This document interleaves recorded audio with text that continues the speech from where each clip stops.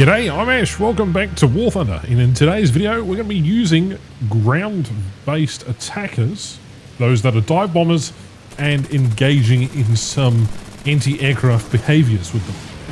Well, provided you don't ram your prop, but that's beside the point, because we're playing some of the Japanese dive bombers, and these things are incredible fun.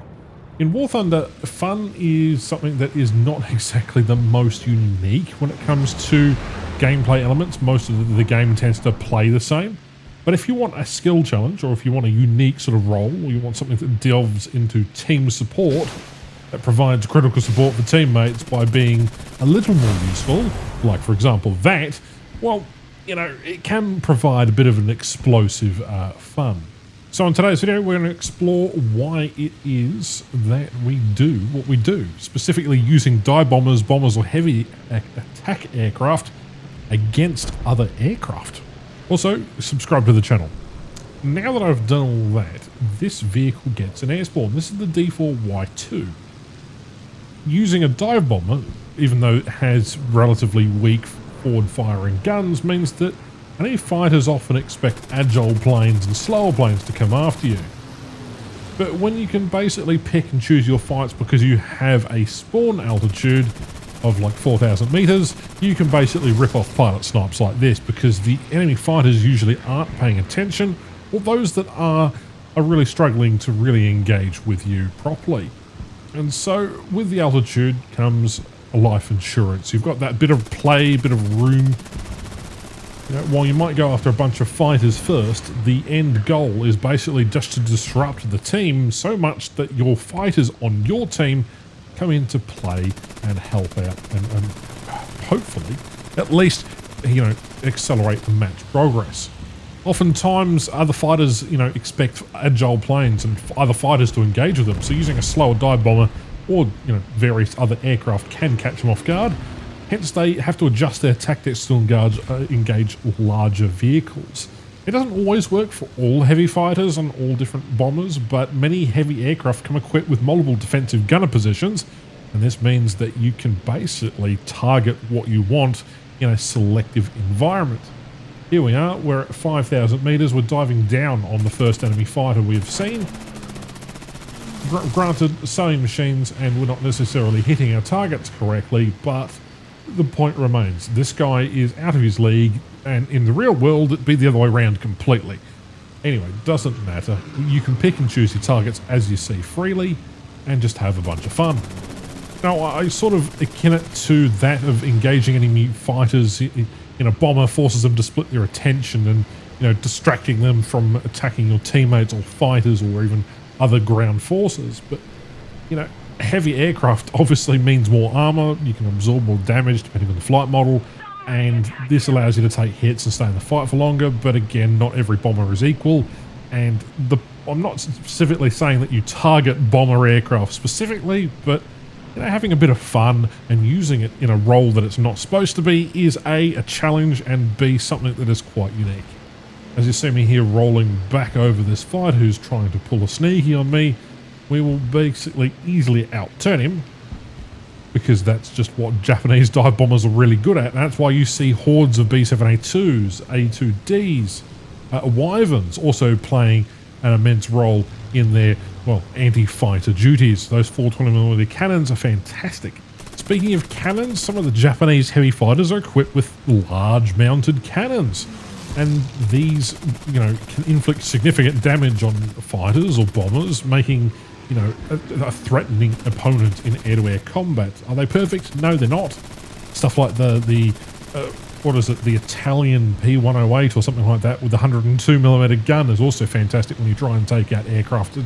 But also flying Sunderlands against enemy aircraft is also great fun. I don't know.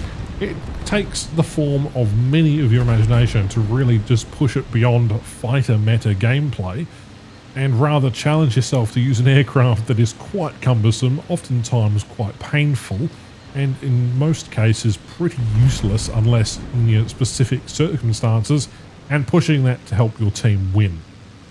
Obviously, heavier vehicles can sometimes switch between quickly bombing and ground targets to defending against air threats, offering flexibility in combat situations. But what I like about playing heavy aircraft and dive bombers and slow bombers in general is that fighting other aircraft requires patience, smart positioning, and timing.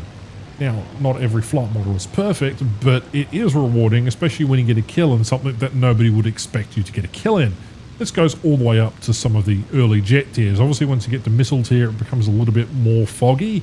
I don't think getting a kill with an F-111 is particularly interesting, although getting a kill with one of the stealth vehicles, particularly the American Squadron vehicle, could be quite entertaining if you were to turn that into a piece of content, and a few content creators have on YouTube. Not only that, it gives you an opportunity to learn or master a new type of aircraft that you would necessarily not fly. It improves your understanding of positioning, energy management, situational awareness, and enhancing general overall flying skills, and also somewhat allows you to appreciate some of the fighter aircraft that are in War Thunder.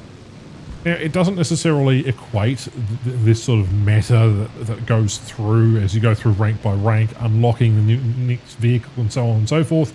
The only reason why you'd probably end up by doing that is because the way that the game is designed. It's geared towards you progressing your way through the tech trees, and thus allowing you to unlock the next vehicle. But if you've got most of the vehicles coming back to play random ones and spading older ones, try using them in a fighter scenario, because it does frustrate the living daylights of other fighter players, and you can even tickle some of the bombers as you go by.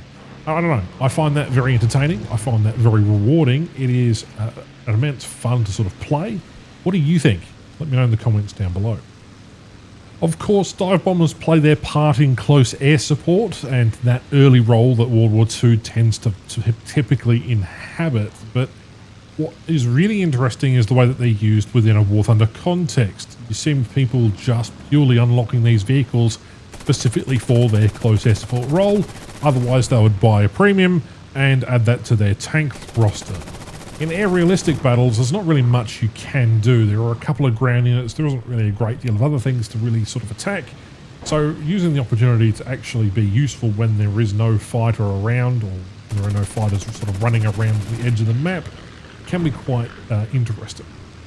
Obviously, it's not for everyone. This gameplay style, gameplay loop is really just about spading vehicles and moving on to the next one and playing something unique and finding something that's absolutely horrible.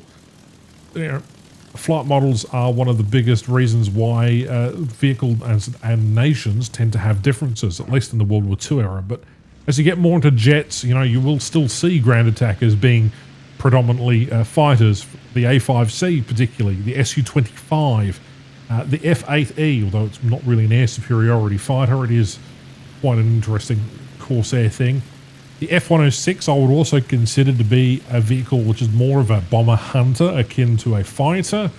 It itself is a fighter aircraft, but the missiles themselves aren't great. It really is just a matter of perspective here. And when there is only a couple of aircraft left on the enemy team, well, you kind of just try and get as many points as you possibly can. And what's really sort of the takeaway from this is that bombers like flying tanks if they can absorb more punishment. When it really matters though, a skilled bomber pilot can bait enemy fighters into attacking the front or sides where gunners are strongest. And even though the gunner and AI cockpits and the flight models are absolutely horrible, as well as the damage models are horrible in general, plus the cockpit placeholders, if I haven't mentioned that already, bomber aircraft can quite be a very lethal weapon in the right hands, but it's all down to RNG. And really, you see those players flying IL-28s and TU-4s and B-29s, they often just get absolutely ruined by jets, and you don't often have a great deal of fun in those. But yeah, I want to know what your thoughts and opinions are. Do you use dive bombers as a collective sort of mixed role aircraft, or do you just use them in their ground attack role? You only play them in ground forces? Do you bother to take them out in air realistic battles, or even an air arcade? Let me know your thoughts down below. And one thing that I will touch on is there's something special about flying a massive warbird or a vehicle that is not destined to be a straight up fighter aircraft. Knowing that you're taking on enemy fighters and bombers and just any type of vehicle like bomber crews did do during the Second World War and beyond. you know, it's immersive, and whenever you get those whale on whale fights where you're in a heavy aircraft and you're versing an enemy heavy aircraft, it becomes a game of battleships and who can set the other one on fire. I've always found that really, really fascinating, and when it comes to dive bombers specifically, you've got that element. Sometimes they have air brakes, sometimes they have various other things, and that's what's cool about War Thunder.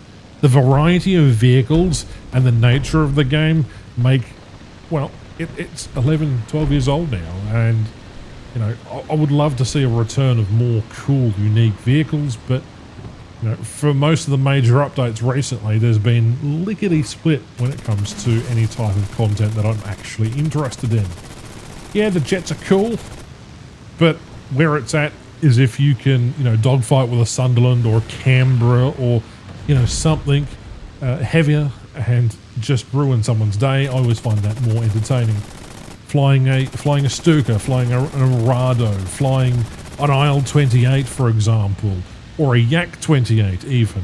Those are some of the most enjoyable moments within War Thunder. Plus you get a payload, and sometimes you can even do more things with that than you casually can expect. Anyway guys, thank you very much for watching. Hopefully you understand why I now play wacky aircraft, because that is exactly why. Something different. It's like playing a random wacky vehicle in Ground Forces. Anyway, buy my decal, link in the description down below. Get 3% off anything in War Thunder, and obviously other Galsian games. Right, thanks for watching.